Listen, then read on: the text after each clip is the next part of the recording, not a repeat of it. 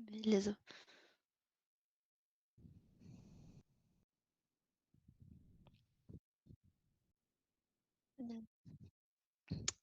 Bom, boa noite, pessoal. Boa noite a todos. Sejam todos bem-vindos ao segundo dia de Share Talk do programa IBA. Meu nome é Júlia Ribeiro, eu sou estudante de administração pela Universidade Federal de São Carlos e trabalho há 2 anos com suporte ao cliente e suporte a vendas Omicron Brasil. Bom, e o que é a Omicron, né? O que a Omicron faz? A Omicron ela desenvolve soluções para o sistema elétrico de potência, contando com testes de ativos e também segurança cibernética. E a gente cria valor de longo prazo com os nossos clientes, considerando a fórmula que irá ser apresentada no próximo slide.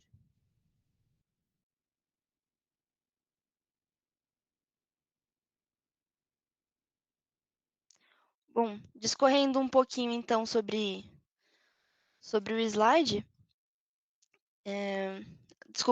sobre a fórmula, entende-se que o valor ao cliente é igual a soluções inovadoras, mais suporte extraordinário, mais compartilhamento de conhecimento. Discorrendo então um pouquinho aí sobre soluções inovadoras, nós entendemos que as exigências dos sistemas estão sempre se atualizando e nós precisamos adaptar esse fornecimento contínuo para qualquer sistema, certo? Então, a gente está sempre buscando novas soluções, novos testes, novos treinamentos, para estar sempre inovando.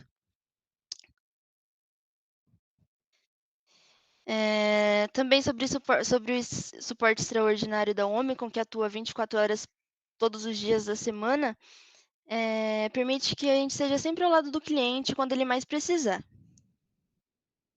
E agora falando um pouquinho sobre o conhecimento compartilhado, é um dos valores mais importantes que nós temos na Omicron, né, com o nosso fornecimento de treinamento, os nossos expert talks, também o programa IBA, que surgiu bastante puxando esse valor. Nós compartilhamos dentro da comunidade global da Omicron também. Nós temos 25 escritórios no mundo e atendemos clientes em mais de 160 países. Também nós somos de 5 empregados para mais de 850 empregados em 25 anos. Isso demonstra a nossa diversidade cultural. Bom, e compartilhar conhecimento, como eu mencionei há pouco, é um dos pilares da Omicron e compartilhar faz parte da nossa cultura, né?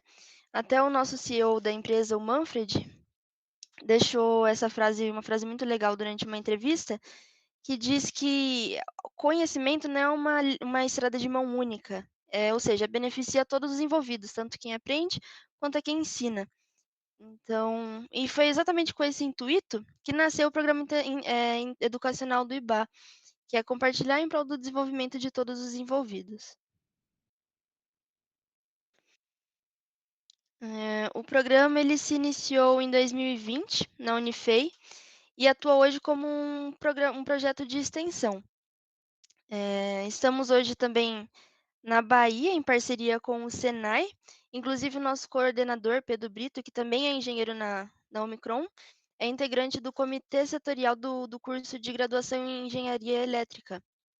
Então, muito legal também, parabéns ao Pedro. E, e agora eu vou passar para o João. Vamos dar início ao evento. Muito obrigada, pessoal.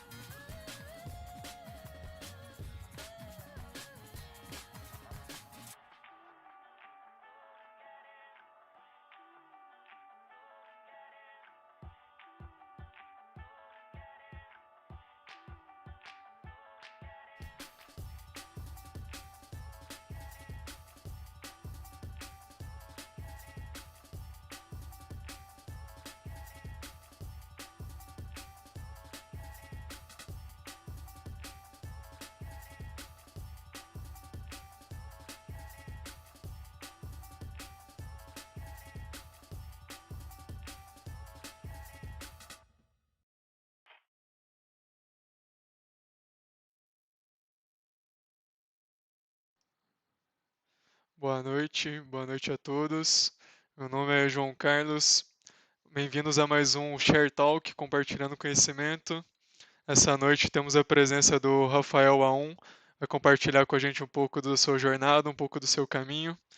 Bom, eu trabalho na Omicron Electronics, sou ex-aluno da Unifei, cursei engenharia elétrica no ano de 2012 até 2017, se eu não me engano, foi isso. Uma longa jornada. Logo depois da Unifei, eu tive uma experiência com proteção e automação, fazendo comissionamento de subestações. E no momento eu trabalho na Omicron Electronics como engenheiro de aplicação e vendas, dando suporte para cliente, desenvolvimento de marketing, desenvolvimento de estratégia, desenvolvimento de estratégia de venda para produto, venda, aplicação, treinamento, compartilhamento de informação e conhecimento, que é o que a gente está fazendo aqui principalmente. Bom, queria dar boa noite ao Rafael A1. Rafael trabalha no ONS. Rafa, eu queria pedir para você se apresentar para o pessoal aí, por favor. Muito obrigado pela sua presença. Boa noite, Juninho. Boa noite. Meu nome é Rafael A1. Eu sou formado na Unifei também, em engenharia elétrica, em 2018. Atualmente eu sou aluno do mestrado na Unifei e, além disso, trabalho no ONS, no Operador Nacional do Sistema Elétrico, desde 2019, 2 anos e meio. 2 anos e meio de experiência, Rafa. Beleza. Começar falando exatamente do seu período da faculdade, Rafa. Eu abri a noite falando disso. Faculdade, quando você estava lá, quando que surgiu para você a ideia do ONS? Você sempre teve essa ideia na sua cabeça ou foi algo que chegou até você? Como que você ficou sabendo dessa oportunidade, desse caminho para seguir? Eu tive contato com o ONS mais próximo só mais ao fim da universidade, né, do curso de engenharia elétrica. Eu não sabia exatamente o que o ONS fazia, mas eu tive bastante ajuda, assim, no final da faculdade, né, principalmente com o professor Maurício, o Maurício Pássaro, né. Foi meu orientador de TCC, ele era funcionário do INES, foi funcionário do INES por muitos anos, assim como o professor Zulmar da Unifei, também era funcionário do INES. Então o Maurício me auxiliou bastante, me mostrou, né, a missão, o que que o INES fazia, toda a função do INES aí no setor, né, de operação do Sistema Interligado Nacional. E com isso, né, com a ajuda do Maurício, com o meu TCC e com a experiência que eu adquiri aí ao longo da universidade, eu consegui passar no processo de trainee do ONS. E foi isso em 2019. E depois eu fui contratado efetivamente, que é como estou agora. Perfeito, perfeito, Rafa. Obrigado. Falando no ONS, sua primeira impressão quando você chegou lá, foi fazer o trabalho, você chegou e sentiu que já estava com todas as ferramentas prontas ali, depois de terminar o curso, depois de fazer a faculdade. Como é que Com foi essa certeza. transição, essa primeira impressão aí, se você puder passar para a gente? Com certeza não, né, acho que ninguém sai da faculdade, do curso de engenharia, totalmente pronto para o mercado, né, porque principalmente no meu caso, eu não tive muito contato, assim, com a prática, né, com a engenharia na prática, só fui ter mais ao fim do curso, né, através do estágio, fiz um estágio durante as férias, fiz outro estágio depois em Furnas, então eu tive um contato mais próximo com a engenharia que eu fui adquirindo essa dimensão do que é trabalhar com engenharia, né. Mas, quando eu entrei no ONS eu já tinha um pouco de experiência, só do estágio, mas não tinha toda aquela responsabilidade ainda, né, no estágio. Então no ONS que eu adquiri essa responsabilidade, essas funções de engenheiro, de fato. E foi um aprendizado no primeiro ano foi um aprendizado diário, né, mas quando você chega é aquela velha história, quando você chega você acha que você não sabe de nada, né, não sabe nada, não sei fazer nada, mas rapidinho você vai né, aprendendo não aprendendo, porque você já aprendeu a teoria toda na universidade, né, principalmente na Unifei, que é uma faculdade excelente, então você tem toda aquela base teórica, então você acaba entrando ali no ritmo de trabalho, de fato, bem rápido, assim. Mas o primeiro contato, de fato, assusta um pouco, né. Certo. Você comentou sobre responsabilidade. Ah, parte da empresa, parte de quem está te orientando também transmitir, né, essa responsabilidade, esse conhecimento. E esse primeiro contato, principalmente no primeiro trabalho, é muito importante nós sermos bem orientados para realmente para não se perder, né? Para a pessoa ter uma orientação, saber que caminho que ela pode seguir. Carga de trabalho, já vi muito gente se perder por carga de trabalho, é uma coisa comum hoje em dia, né? Uhum. Ah, então, assim, você falou uma coisa muito importante, a questão da responsabilidade, eu queria só reiterar aqui. Teve presente ontem durante o evento, a gente teve a presença do Igor Bretas, ele comentou também essa questão de responsabilidade do trabalho, que vai aumentando de acordo com que você vai ganhando experiência e bom, o pessoal fala, a gente fica achando que não é verdade. Eu fui testar isso para ver se a experiência realmente fazia muita diferença. Fui para campo, foi um dos caminhos que eu escolhi aí. E, bom, é isso. Faz muita diferença, faz toda diferencial para você, faz você poder movimentar no mercado, conhecer um pouco mais de opções. Com certeza. Rafa, do trabalho do NS, se puder comentar como é que é do trabalho? O que que vocês fazem lá? Como é que é a operação? E assim, Sim, falar do trabalho de operação do sistema, aí eu fico imaginando todo mundo numa sala operando, vendo o É, fluxo de carga, como é que é, isso. operação no limite com os indicadores e tudo mais, e Essa com previsões, né? com Trabalho no certeza. futuro, né? Essa visão que você tem, de fato, é a visão da operação do sistema, né, que é feita nas salas de controle do ONS, através dos operadores, né. Eu não sou operador de sistemas, eu não trabalho lá na sala de controle, onde tem aquela telona, que você fica ali no tempo a operação no tempo real, que se chama, né. Mas a atividade fim do ONS, de fato, é essa, operar o sistema lá na sala de controle, através dos operadores de sistema. O ONS tem 4 salas de controles, né, uma para cada região do país, então tem uma em Florianópolis, uma em Recife, uma em Brasília e uma no Rio de Janeiro, que é onde eu trabalho, no escritório do Rio de Janeiro. E, de fato, a operação de sistema, tem toda uma cadeia por trás, né. Eu sou do planejamento da operação, então, quer dizer, a gente planeja aquilo que vai acontecer, tenta planejar, tenta antever todos os problemas que podem ocorrer, ali exatamente no tempo real.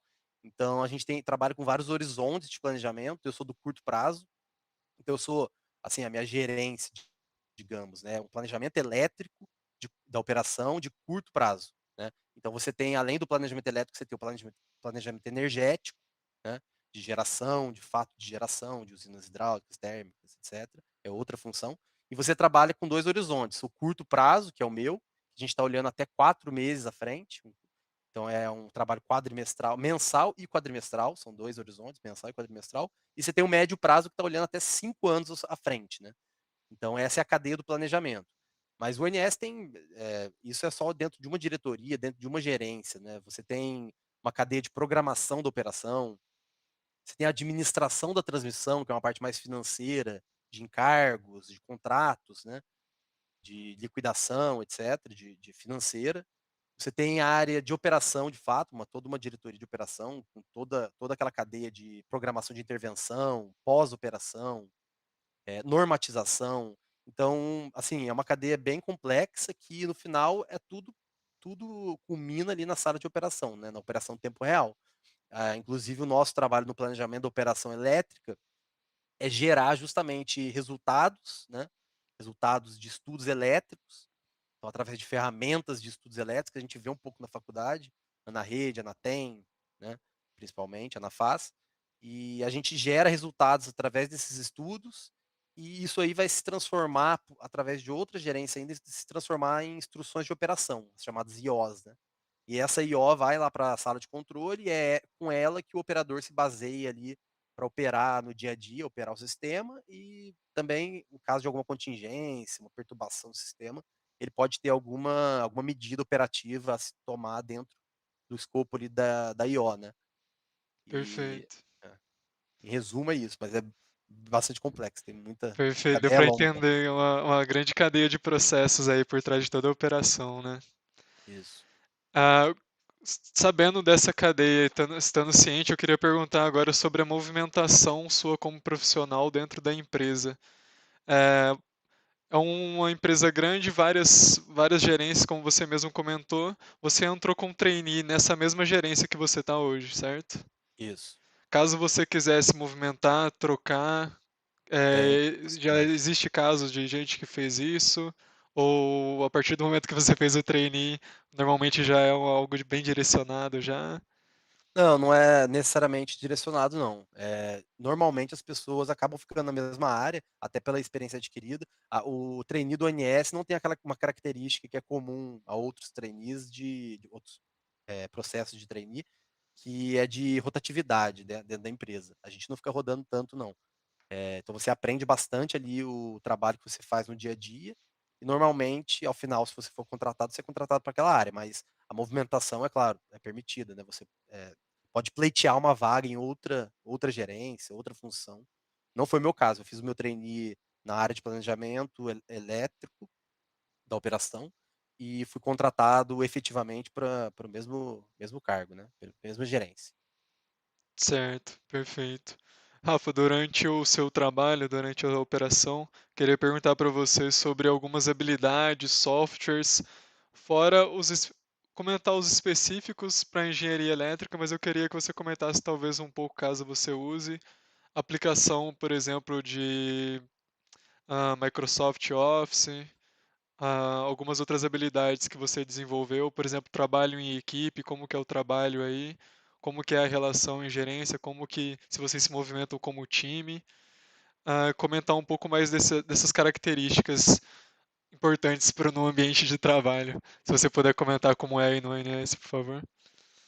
É, como eu mencionei antes, em relação aos softwares, né, a gente usa aqueles softwares, como é uma área técnica de estudos elétricos, e várias outras gerências, várias outras áreas dentro da empresa também utilizam, a gente usa o pacote do CPEL, né, que é a gente até utiliza na graduação na Unifei em algumas disciplinas. É o ANA-Rede para fluxo de potência, ANA-TEM, transitórios, eletromecânicos, o ANA-FAS, né, são os principais, assim. E é indispensável, dependendo da gerência, da área de atuação aqui, é indispensável. Mas na minha formação, eu não aprendi a utilizar esses pacotes tão bem assim, o tanto que o ONS exigia, né. Acho que na graduação ninguém consegue aprender tão bem a utilizar esse software. Você utiliza ele para algumas tarefas ali na disciplina. Só que quando você entra no ONS, e muitas outras empresas também são assim, você tem um ambiente bem colaborativo. Então, foi bastante fácil, assim, me aperfeiçoar nessas ferramentas, né. Então, eu diria que alguns meses eu já estava dominando as ferramentas, então não foi tão problemático assim, você não precisa chegar já dominando a ferramenta. E claro, o pacote Office é indispensável, a gente escreve muito, né, faz muito relatório, todos os estudos que a gente faz, eles geram algum relatório, né, então você está sempre escrevendo, gerando relatórios. E além disso, o Excel é indispensável, acho que em qualquer trabalho hoje, né, qualquer empresa, você tem que saber usar bem o Excel, eh, não necessariamente antes, você pode, né, aprender com o uso, mas talvez seja mais recomendado já entrar sabendo, dominando o básico, pelo menos, do Excel, né. E o VBA é bom também, né, fazer umas macros, etc. Perfeito, perfeito, Rafa. Aqui no trabalho da Omicron é um trabalho de, no meu caso, de aplicação e vendas, e também, só para reiterar o que você disse, essencial, básico, o domínio sobre o Office, não só como atividades básicas, mas até para você conseguir sobressair em alguma atividade ou outra, resolver uma questão ou outra, é importante você dominar a ferramenta, conseguir, falando em Excel, manipular da forma que você quiser os dados, entendeu? Fazer com que a ferramenta trabalhe como você quer. Isso ser uma limitação na hora que você está procurando um resultado, na hora que você está analisando um dado, é o que vai fazer a diferença sua no mercado de trabalho, principalmente. Então, entrando com esse tipo de conhecimento já, ou estando apto a isso logo no início da carreira, quando, por exemplo, falando para os alunos que estão na faculdade, cara, é algo a se buscar com certeza. E se colocar no currículo, e se você realmente sabe, diz que saiba, é importante você se garantir também. Bom, Rafa, obrigado aí pelos seus comentários. Queria falar com você um pouco sobre energização, só para fazer um paralelo sobre o trabalho, sobre a atuação do ONS. Queria que você comentasse um pouco, para eu poder puxar um pouco da parte de campo, do trabalho da Omicron e um pouco da aplicação de comissionamento também, para a gente puxar um gancho aqui, fazendo um entendimento como que é a energização de uma linha, certo? Para o começo do trabalho por exemplo, de uma linha de transmissão que eu citei aqui, existe todo o comissionamento do projeto de uma subestação, de uma linha, dos painéis que vão fazer todo o controle, vão ficar controlando os sinais analógicos, tensão, corrente, controlando impedância para que nada saia do, do normal e o fluxo simplesmente permaneça contínuo, sem nenhum problema. Para isso acontecer, são definidas, é feito estudo de inserção, por exemplo, de um novo projeto no sistema, são analisados, por exemplo, as influências desse sistema e são definidos as operações, né?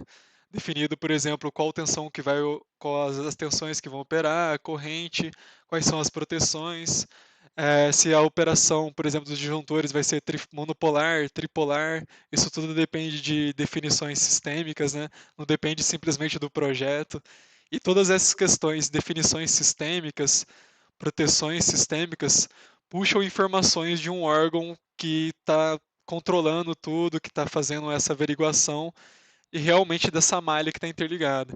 Esse órgão é o ONS, é quem diz para a gente muitas das características, muitas das informações que vão ser inseridas, por exemplo, nos relés. E a partir dessas informações, depois de interpretar elas, você sabe como simular, como fazer, por exemplo, com que as malas de teste que nós trabalhamos aqui na Omicron reproduza a falta do sistema. Então, simplesmente esse trabalho de proteção, ele interpreta os dados de como o sistema atuaria, né, em diferentes ocasiões e reproduz ele. Essas análises, essas limitações todas vêm de um órgão maior, no caso o ONS, muitas das vezes. Então, Rafa, eu queria pedir para você agora comentar um pouco simplesmente dessa atuação, a participação do ONS. Certo. Você resumiu bem, João. Mas essencialmente a visão do ONS é outra, né? A gente tem a visão mais sistêmica, né? Então, como você disse, o ONS tem que autorizar cada etapa desse comissionamento. Então, vai desde, por exemplo, uma intervenção para energização, para comissionamento de uma nova linha. Se isso exigir o desligamento de algum equipamento, isso tem que ser solicitado ao ONS. A gente tem uma área de desligamentos que faz uma análise de intervenção, né? Então, ela vai aprovar ou não e vai dizer quando, qual o dia mais apropriado, o horário mais apropriado para aquela intervenção. Então, geralmente é os domingos, uma carga mais leve, né? A carga do sistema está mais leve, tem menos risco para o sistema. Então, eles têm todo esse know-how aí para aprovar as intervenções. Então, começa aí. E isso aí, na verdade, permeia também toda aquela cadeia que eu estava falando antes, né? E uma das Dos cadeias, processos, né? todos os processos, não é nem de responsabilidade da minha gerência. E a gente tem, por exemplo, uma gerências de engenharia que fazem os chamados relatórios pré-operacionais. Então, quer dizer, eles fazem esses estudos sistêmicos. Então, para energizar determinada linha, você tem uma série de condições que essa energização tem que obedecer, como você disse, tensão pré-falta, por exemplo, tensão pré-energização, por exemplo. Então, você tem que ter lá uma série de requisitos para fazer aquela energização olhando um macro, né? O ONS está olhando o macro sistêmico. Enquanto a empresa que está comissionando ali uma linha, ela está olhando bem localmente, né? Só pede autorização e pede as diretrizes ali para o ONS. São essas diretrizes que saem, por exemplo, no relatório pré-operacional. E depois, inclusive, tem que mandar todo um relatório de comissionamento para o ONS, os testes de campo. Então, o ONS ele fica só, ele administra, né? Ele coordena, porque a nossa visão realmente tem que ser sistêmica, né? De preservar, de segurança operativa sistêmica. Perfeito, perfeito, Rafa. Só dando um exemplo para o pessoal dessa cadeia de trabalho no sistema elétrico que nós comentamos, ontem aqui estava presente o Igor, ele estava para fazer um trabalho para tirar um disjuntor, ele não foi autorizado por um operador do Sistema Nacional que trabalha com o Rafa, então, ou seja, eles fizeram análise de carga, o Igor não pôde tirar o disjuntor, ele teve que parar o trabalho dele, esperar os dias, esperar ser um dia mais favorável para poder fazer essa operação, e aí com a autorização do ANS realizar o trabalho dele. Então, assim, É, é uma malha toda conectada, as pessoas se comunicam. É, isso é um ponto muito forte do sistema elétrico, do trabalho no sistema elétrico. Você acaba criando uma rede de contato muito, muito grande, muito espessa. Todo mundo se conhece. Pode parecer grande, né? O Brasil é um país muito grande, tem uma malha gigantesca, mas todo mundo que trabalha no norte, você vai para o sul, o cara está trabalhando lá, vai para o centro-oeste, a pessoa está trabalhando. E é sempre o mesmo tipo de operação. verdade. Rafa, comentar com você agora sobre controle de carga. É, um dos equipamentos principais para fazer o controle de carga no sistema, eu lembro até hoje das aulas de análise 2 do Claudião falando que como que seria, como que é a malha, né? Você aumenta de um lado, abaixa do outro, e você tem que fazer esse controle de carga todo, ele ficava brincando na aula lá. Quem faz esse controle para poder subir uma tensão, abaixar uma tensão, são os controladores, né? São os controladores de TAP, os TAPs dos próprios transformadores. Então, assim, o transformador ele fica lá na subestação, tem um relézinho que vai fazer esse controle dele, automaticamente é conectado na sala de controle da subestação. Essa sala de controle da subestação tem toda uma conexão direta com o sistema interligado. Então, assim, toda essa cadeia de comando, ela é interligada e é bem confiável, né? Então, assim, começa para vocês saberem, então, quando uma pessoa precisa fazer um aumento, uma variação de carga, simplesmente o transformador tem que fazer uma operação mecânica. A máquina elétrica fazer a operação mecânica, obedecendo isso para poder regularizar a tensão, regularizar os níveis quando necessário. Isso é a visão mais próxima, mais micro. é o que eu consigo mais próximo ver. Se você puder comentar um pouco da visão do ONS, o que que é esse controle de carga, o aumento de TAP na visão de vocês, se é só um dado que vocês analisam. Os LTCs, no caso, né, Os João? OLTCs, exato. Os LTCs são um recurso importante para controle de tensão, né, para o ONS, inclusive. Então, a gente tem os LTCs automáticos, né, que tem, de fato, um controle automático de tensão. Então, você pode solicitar uma tensão num barramento de 230 kV, que ele vai tentar manter aquela tensão naquela faixa especificada, né? E tem os manuais, que você pode pedir uma intervenção do operador local lá e ele vai conseguir variar esse TAP e te dar a atenção que você pediu. Mas para o ONS, né, para a visão do ONS, é um recurso de controle de tensão importante. Então, especialmente em condições de carga leve, né, feriados, domingo, madrugada, a gente costuma ter uns patamares de carga leve que são bem críticos para o controle de tensão, para controlar essa tensão. E às vezes falta recurso, de fato, né? Falta um reator para você manobrar, você não tem mais o que manobrar, algum recurso de compensação de estática ou síncrona, né? Então o LTC chega a ser um recurso extra, geralmente o tempo real conta, ele conta com esse recurso. Porque no último caso, se você não consegue, nem com a utilização dos recursos que eu mencionei, nem do LTC, você tem que abrir linha, né? Você tem que abrir uma linha de transmissão de um agente para controlar a tensão naquela região. E só que essa é a última medida geralmente recomendada, porque envolve abertura de disjuntor, né? Isso já seria um E corte de carga, né? não Não? necessariamente um corte de carga, abertura de linha que não É vai provocar, sobrecarregar uma outra linha, é, então, é no só para caso. só para controlar a tensão, não é corte de carga não. Entendi. Só que ainda assim não é desejável, né? Porque você vai manobrar o disjuntor, e se você fica pedindo isso sempre, não é bom para o agente, né? Para o dono daquela linha, daquele equipamento. Então é a última instância. Agora o LTC de fato é um recurso importante que é utilizado no tempo real, sim, na operação. Certo. Só comentar um pouco o LTC, pessoal. Ele é conhecido como On-Load Tap Changer. Então, ele é o comutador de tap em carga. Ele permite essa comutação, essa variação de tensão sem tirar o sistema, sem desligar o sistema, né? Toda vez que tiver que variar a tensão, eu tenho que desligar da tomada, não compensa.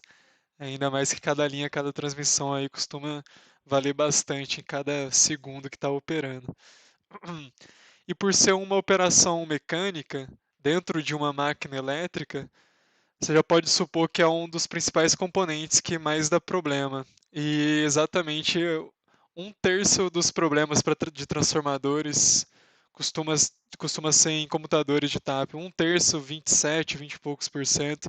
A gente estava falando isso em base em estudo da VEG, que a gente costuma apresentar nos nossos treinamentos da Omicron.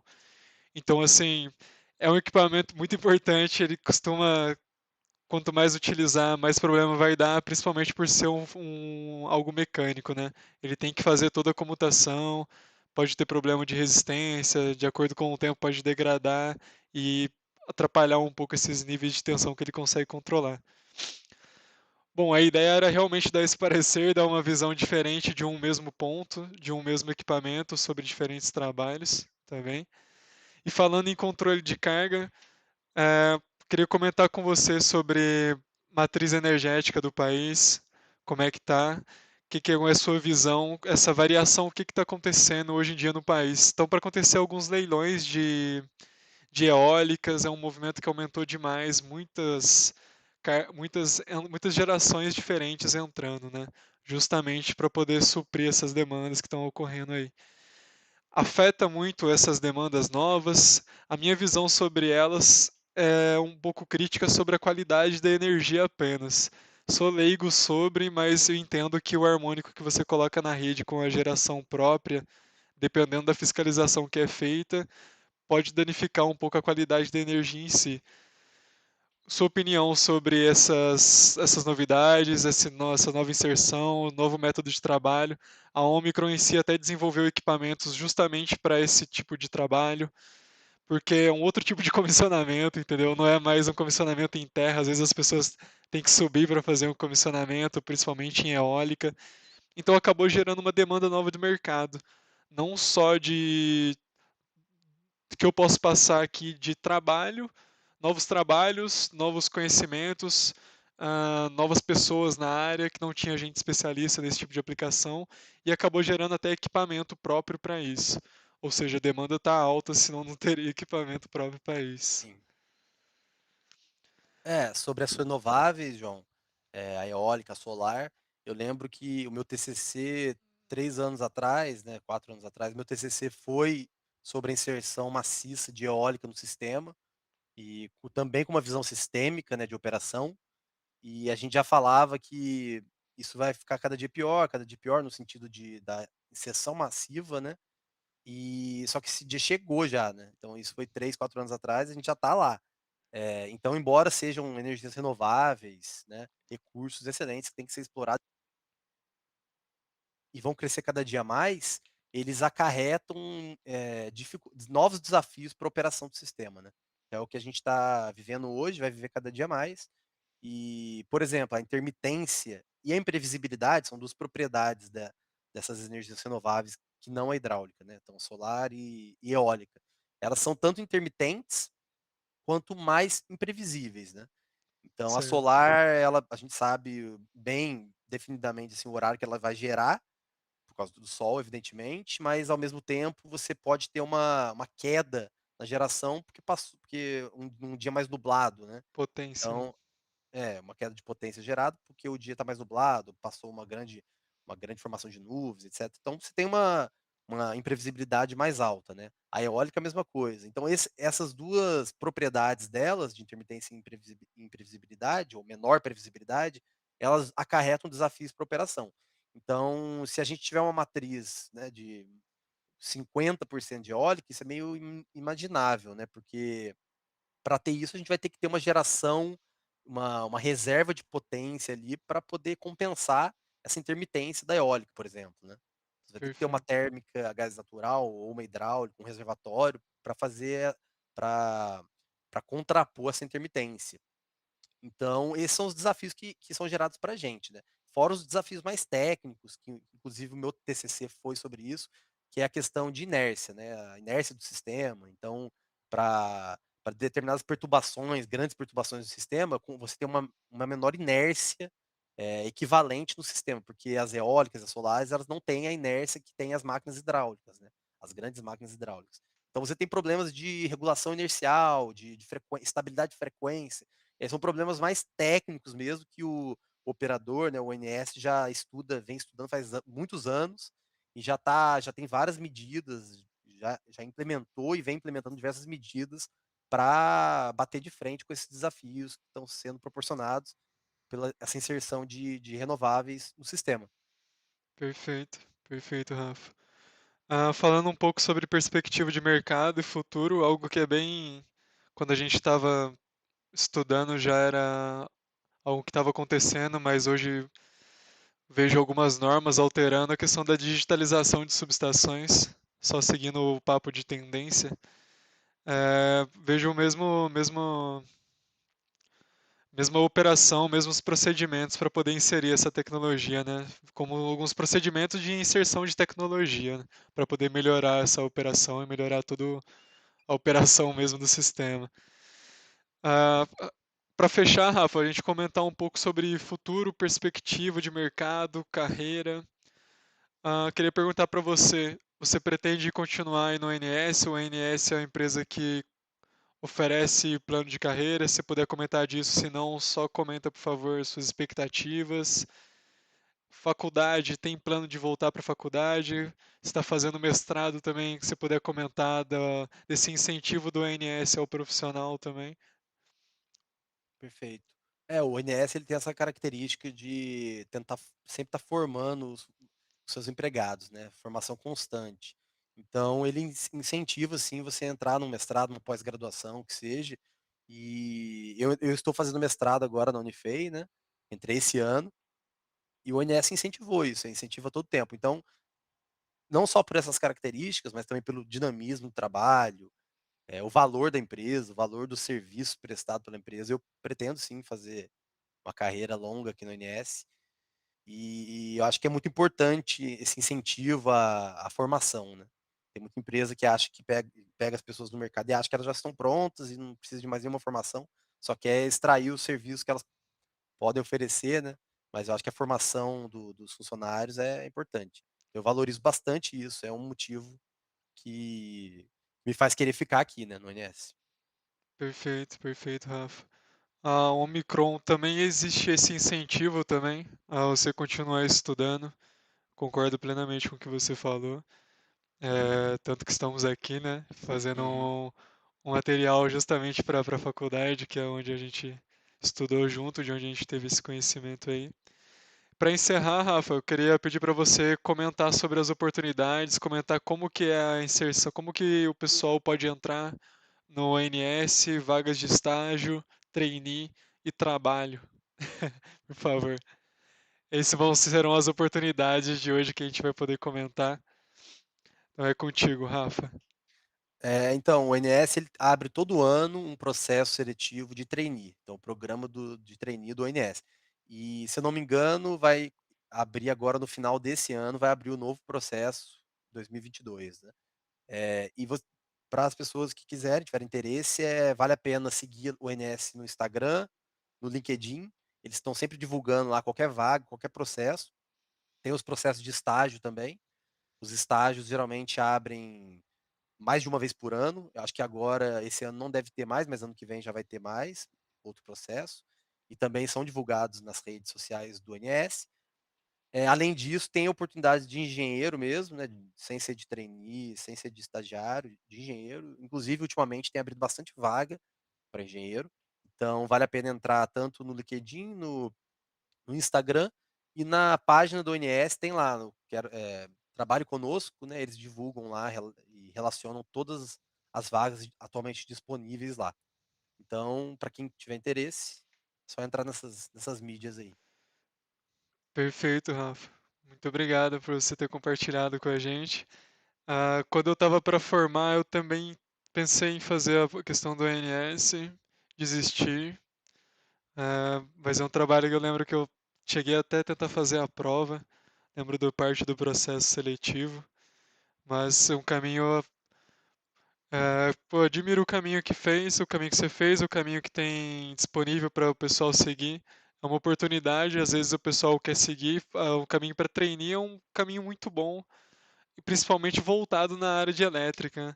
Quando, prin- quando eu fui terminar a minha graduação, a maioria dos trainees tinha muito trainee, mas as empresas mesmo para elétrica, na área, né, que a gente tem o sonho de trabalhar, poucas delas tinham trainee, tinham essa oportunidade.